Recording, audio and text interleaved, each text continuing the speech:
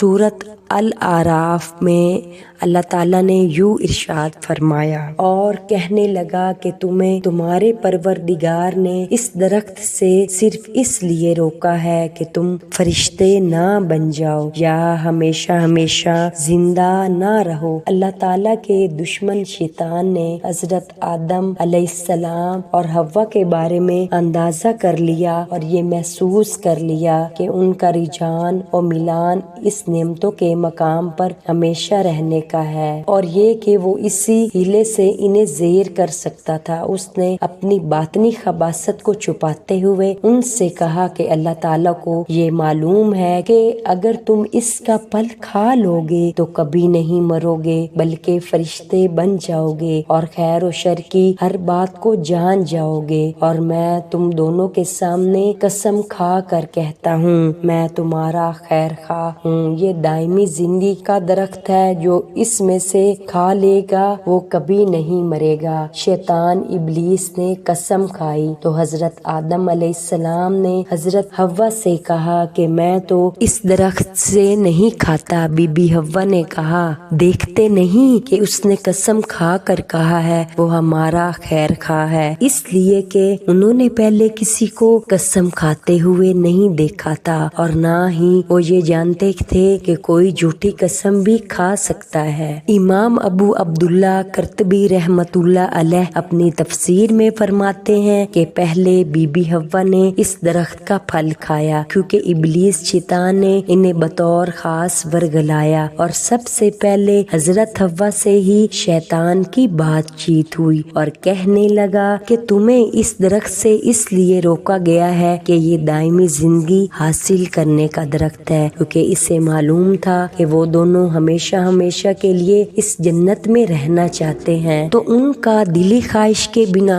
پر انہیں ورگلانے کا نشانہ بنایا۔ اور حدیث شریف میں آیا ہے کہ کسی چیز کی شدید خواہش انسان کو بہرا اندھا کر دیتی ہے۔ جب بی بی حوا علیہ السلام نے حضرت آدم علیہ السلام سے اسے کھانے کو کہا تو حضرت آدم علیہ السلام نے انکار کیا اور اللہ تعالیٰ سے کیا ہوا عہد یاد دلایا، اور حضرت بی بی حوا کو سختی سے اس کے کھانے سے روکا تو بی بی حوا نے کھانے کے لیے اصرار کیا تاکہ یہ کہا کہ آپ سے پہلے میں اسے کھا کر دیکھتی ہوں، اگر مجھے کوئی نقصان ہوا تو آپ نہ کھائیے گا۔ لہٰذا بی بی حوا نے وہ کھا لیا اور انہیں کچھ نہ ہوا، تو حضرت آدم علیہ السلام کے پاس آ کر کہنے لگی، کھا لیجئے، میں نے تو کھا لیا ہے اور مجھے کچھ نہیں ہوا۔ لہٰذا حضرت آدم علیہ السلام نے بھی کھا لیا اور ان کا خیال تھا کہ وہ اب ہمیشہ کے لیے جنت میں رہیں گے۔ جب دونوں نے کھا لیا تو ان کے بدن برہنہ ہو گئے اور ستر کھل گئے اور شیطان کا فریب کامیاب ہو گیا۔ اس کا نتیجہ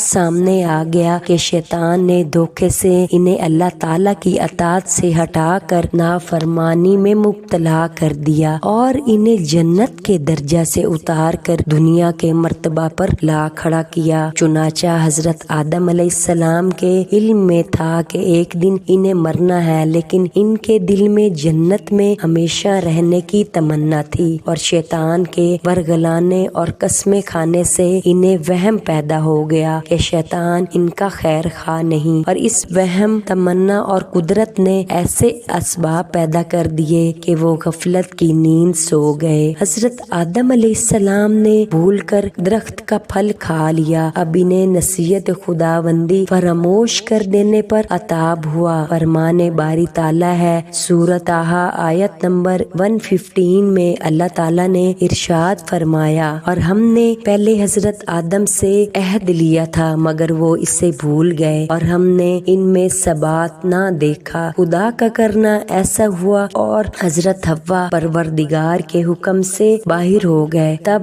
سورۃ الاعراف آیت نمبر 22 میں اللہ تعالیٰ نے ارشاد فرمایا، تب ان کے پروردگار نے ان کو پکارا، کیا میں نے تمہیں اس درخت سے منع نہیں کیا تھا اور کہہ نہیں دیا تھا کہ شیطان تمہارا کھلا دشمن ہے؟ جب آدم علیہ السلام و حوا کے حکم عدولی پر پروردگار کی جانب سے ڈانٹ پڑی تو نصیحت سے غفلت برتنے پر سرزش ہوئی، تو اس رحمانی تنبیہ لمبی سے انہیں وہ نصیحت یاد آئی تو اللہ تعالیٰ کی طرف رجوع ہوئے اور انہیں لغزش کا احساس ہوا۔ وہ اپنے کیے پر شرمندہ ہوئے اور اللہ تعالیٰ سے مدد اور بخشش کے طالب ہوئے تو اللہ تعالیٰ نے سورۃ الاعراف میں فرمایا، دونوں عرض کرنے لگے کہ پروردگار، ہم نے اپنی جانوں پر ظلم کیا، اگر تو ہمیں نہیں بخشے گا اور ہم پر رحم نہیں کرے گا تو ہم تباہ ہو جائیں گے۔ تو اس طرح حضرت آدم علیہ السلام پر اپنی لغزش پر آگاہ ہوئے، معافی کے خواستگار ہوئے تو اللہ تعالیٰ نے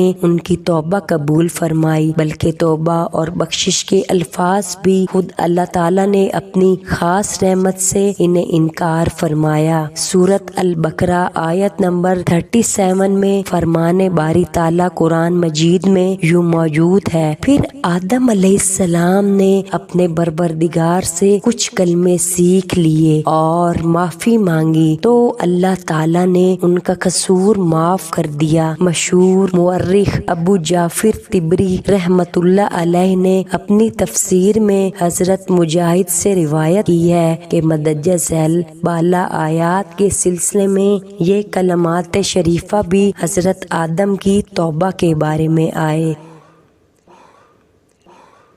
روایات سے معلوم ہوتا ہے کہ حضرت آدم اور حضرت حوا کا جنت سے نکل کر زمین پر آنا جمعہ کے روز ہوا، جیسا کہ احادیث کی کتابوں میں آتا ہے۔ امام ابو داؤد نے حضرت ابو ہریرہ رضی اللہ عنہ سے روایت کیا ہے کہ حضور صلی اللہ علیہ وآلہ وسلم نے ارشاد فرمایا، بہتر دن جس میں سورج طلوع ہوتا ہے جمعہ کا دن ہے، اسی دن حضرت آدم پیدا ہوئے، اسی دن زمین پر اتارے گئے اور اسی دن آپ کی توبہ قبول ہوئی، اسی دن آپ فوت ہوئے اور اسی دن قیامت برپا ہوگی۔ اسی حدیث پاک کو اسی روایت سے امام احمد بن حنبل نے روایت کیا، چنانچہ حکم الہی صادر ہوا اور سب کے سب یعنی آدم و حوا، شیطان، ابلیس اور اس کی ذریت جنت سے نکل کر زمین پر چلے جاؤ۔ فرمان باری تعالیٰ یوں ہوا۔ سورۃ الاعراف میں اللہ تعالیٰ فرماتے ہیں، تم سب بہشت سے اتر جاؤ، اب تم ایک دوسرے کے دشمن ہو اور تمہارے لیے ایک وقت تک زمین پر ٹھکانہ اور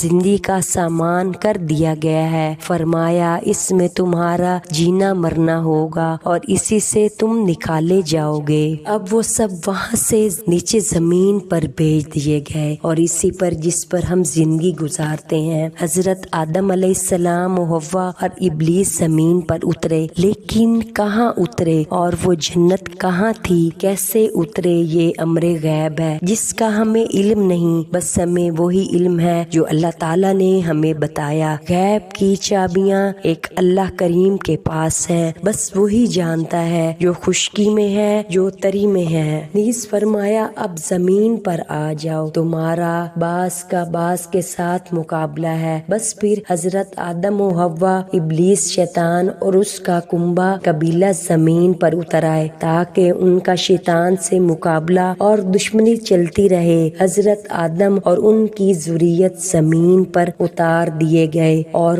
وہیں رہیں سہیں گے، اور حضرت آدم علیہ السلام اور ان کی ذریت کے لیے طے ہو گیا کہ وہ زمین میں سکونت اختیار کریں گے اور وہاں ایک عرصہ تک نفع اٹھا لیں، اور اللہ تعالیٰ نے ان کے لیے یہ طے کر دیا، اسی میں زندہ رہیں اور اسی میں مریں، پھر وہاں سے نکلے، پھر اٹھائے جائیں تاکہ وہ اپنے رب کی طرف لوٹے ہوں، وہ بہشت میں داخل ہوں یا دوزخ میں، تاکہ ان کا یہ بڑا سفر اختتام پہنچے، یعنی دنیا کی زندگی کا سفر۔ حضرت آدم علیہ السلام و حوا کے زمین پر اترنے کے بارے میں مختلف روایات اور اقوال ہیں کہ جنت سے کہاں اتارے گئے، یعنی کتب تواریخ کا بیان ہے کہ حضرت آدم علیہ السلام ہندوستان میں اتارے گئے اور بی بی حوا جنت میں، اور پھر مزدلفہ میں اکٹھے ہوئے اور میدان عرفات میں دونوں نے ایک دوسرے کو پہچانا۔ اس سلسلے میں ابن کثیر نے حضرت عبداللہ بن عمر رضی اللہ عنہما سے روایت کیا کہ آدم مقام صفا اور حوا مقام